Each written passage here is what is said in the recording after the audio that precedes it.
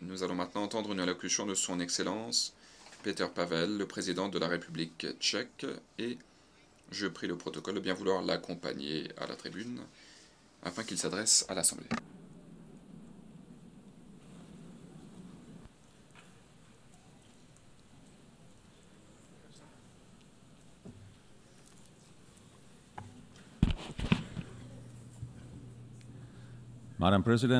Madame la Présidente, Excellences, Mesdames et Messieurs, c'est un honneur pour moi de m'exprimer ici devant vous une fois de plus.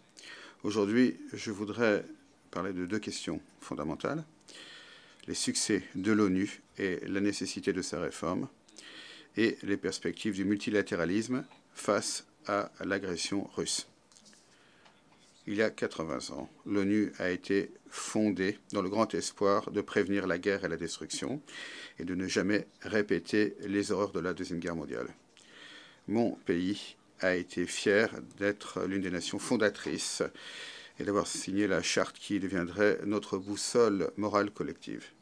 Depuis 1945, nous avons connu des succès remarquables. L'ONU a aidé à prévenir un nouveau conflit mondial. Elle a contribué à la décolonisation et à l'émergence de nouveaux pays souverains en Asie, en Afrique, en Europe et en Amérique latine.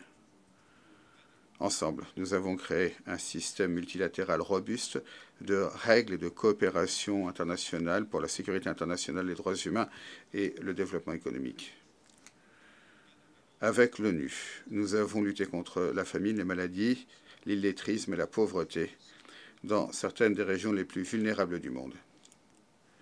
Des dizaines de missions de maintien de la paix ont aidé à apaiser les tensions dans les zones de conflit.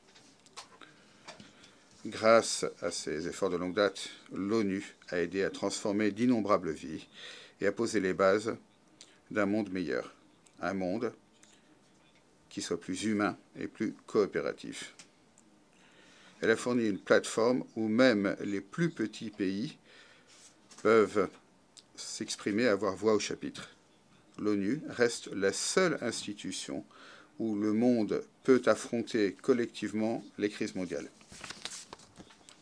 Et ce, non pas avec des armes, mais par le dialogue, la responsabilité partagée et en faisant pression quand c'est nécessaire.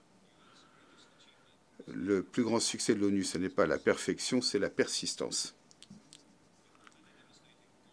Alors que de nombreux conflits dévastateurs sont en cours, l'invasion par la Russie de l'Ukraine a transformé de manière très importante le paysage sécuritaire mondial. Depuis le dernier débat général il y a un an, notre monde n'est pas devenu plus sûr, bien au contraire. À travers tous ces écrans de fumée, la Russie continue à cibler les civils, les infrastructures civiles, les missions diplomatiques étrangères et, tout récemment, même notre pays voisin, la Pologne. Sans oublier les actes de guerre hybride menés sur notre propre territoire. Ces derniers vont de la désinformation, de campagnes de désinformation, de tentatives de mettre à mal la confiance du public, jusqu'à des cyberattaques et même des actes de sabotage commis par des mercenaires recrutés en ligne. Bien qu'elle soit le plus grand pays du monde, la Russie vise toujours à s'emparer de territoires ukrainiens et à étendre sa sphère d'influence. Soutenue par la Chine, l'Iran, la Corée du Nord et d'autres pays qui l'aident à contourner les sanctions et lui fournissent un appui économique ou politique. La Russie, un membre permanent du Conseil de sécurité des Nations Unies, non seulement viole les principes de la souveraineté des États et de leur intégrité territoriale consacrés dans la Charte des Nations Unies, elle crée également un exemple et un précédent dangereux. Le message qu'elle envoie, c'est que l'agression peut permettre d'engranger des gains territoriaux et politiques et rester impuni. Mesdames et messieurs, notre système multilatéral a été créé sur la base de l'idée que les règles valent pour tous sans exception. Les conséquences de cette guerre vont bien au-delà des gros titres des médias. Cette guerre menace de démanteler notre système de gouvernance reposant sur le respect mutuel, le partenariat sur un pied d'égalité et des règles auxquelles nous adhérons tous. Ce ce qui se passe en Europe aujourd'hui pourrait se produire n'importe où ailleurs demain, dans des circonstances différentes, mais sous exactement le même prétexte. Si la Russie gagne cette guerre injuste, cela légitimera le triomphe de la force brute. Fermer les yeux sur ce qui se passe en Ukraine aujourd'hui envoie un feu vert pour tout futur agresseur, où que ce soit dans le monde. La destruction du statu quo dans le détroit de Taïwan ou ailleurs dans l'Indo-Pacifique déstabiliserait encore davantage la sécurité internationale et le commerce international. La distance géographique n'offre aucune protection. La sécurité dans une région du monde est directement liée à la sécurité où que ce soit.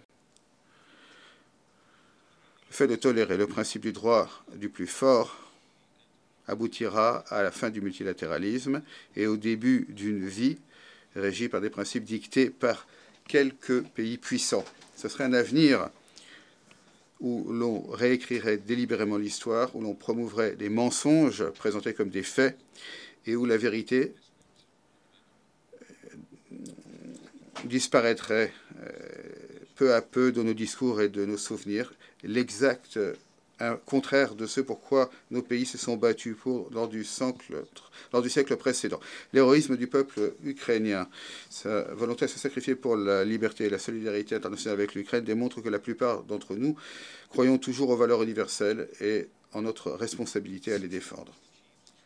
Pour parvenir à une paix durable, nous, les alliés démocratiques du monde entier, devons agir à l'unisson et intensifier notre pression économique sur la Russie.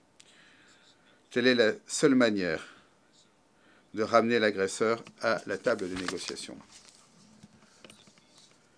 Une telle paix, reposant sur le droit international existant, y compris l'intégrité territoriale et le droit à l'autodétermination, est dans l'intérêt non seulement des pays européens, mais de l'ensemble de la communauté internationale. Tout accord de paix futur doit envoyer un message clair partout dans le monde.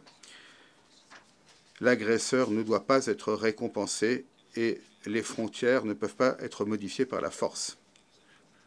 Mesdames et messieurs, la structure de l'ONU reposait sur les résultats de la Deuxième Guerre mondiale. Aujourd'hui, l'un des membres permanents du Conseil de sécurité mène une guerre impitoyable tout en faisant obstacle à toute solution constructive qui peut être présentée.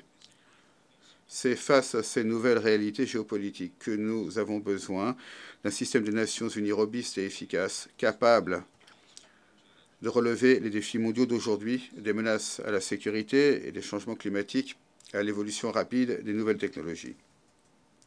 Autrement, nous risquons de glisser vers un monde qui sera plus fragmenté, plus dangereux et beaucoup moins prévisible. La Tchéquie se félicite de l'initiative ONU 80 et des engagements du Pacte pour l'avenir.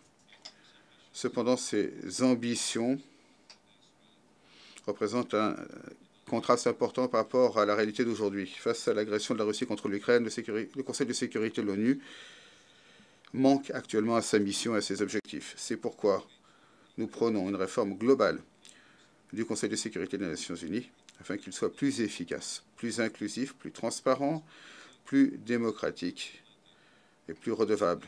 L'objectif étant de respecter les principes de la Charte des Nations Unies et de faire en sorte que les régions sous-représentées aient davantage voix au chapitre. La liberté et les droits humains ne sont pas des droits octroyés. Ce sont des principes durement acquis qui doivent être chéris et protégés. Le statut de membre du Conseil de sécurité ne devrait pas être considéré comme une question de prestige ou de privilège, mais avant tout comme une responsabilité de défendre la paix dans le monde. Voilà pourquoi la Tchéquie est candidate à un siège non permanent au Conseil de sécurité pour le mandat 2032-2033, avec un engagement clair, défendre l'ordre international basé sur les règles. Nous ne pouvons pas nous permettre que l'ONU soit paralysée ou bloquée s'agissant de sa capacité à riposter aux crises et à relever les défis. Les crise urgente d'aujourd'hui consomme déjà trop de notre attention et de nos ressources aux dépens d'autres questions fondamentales tout aussi urgentes. Madame la Présidente, Mesdames et Messieurs, comme je l'ai dit à l'entame de mon allocution, l'ONU a nettement amélioré la qualité de vie de milliards de personnes, y compris grâce à l'accès à l'éducation, aux soins de santé et autres services. Dans le rapport sur le développement durable de cette année, la Tchéquie s'est classée à la 10e place sur 167 pays. J'ai la chance d'être le citoyen d'un pays qui, à l'aune des normes mondiales, offre une vie sûre et confortable. Ça ne veut pas dire qu'il n'y a pas de difficultés. Il reste encore beaucoup à faire si nous voulons réaliser les objectifs de développement durable pour 2030 dans nos pays comme à l'international. Après tout, la plupart des défis auxquels nous sommes confrontés sont des défis mondiaux. Aucun pays seul n'est suffisamment puissant pour réussir seul. Voilà pourquoi nous avons besoin de davantage de dialogue. Voilà pourquoi nous avons besoin de davantage de coopération et d'action collective. Et en dernier ressort, voilà pourquoi le multilatéralisme ne doit pas seulement survivre, il doit prospérer. Pas seulement pour nous, mais plus important encore, pour les générations futures. Je vous remercie. Au nom de l'Assemblée, permettez-moi de remercier le président de la République tchèque,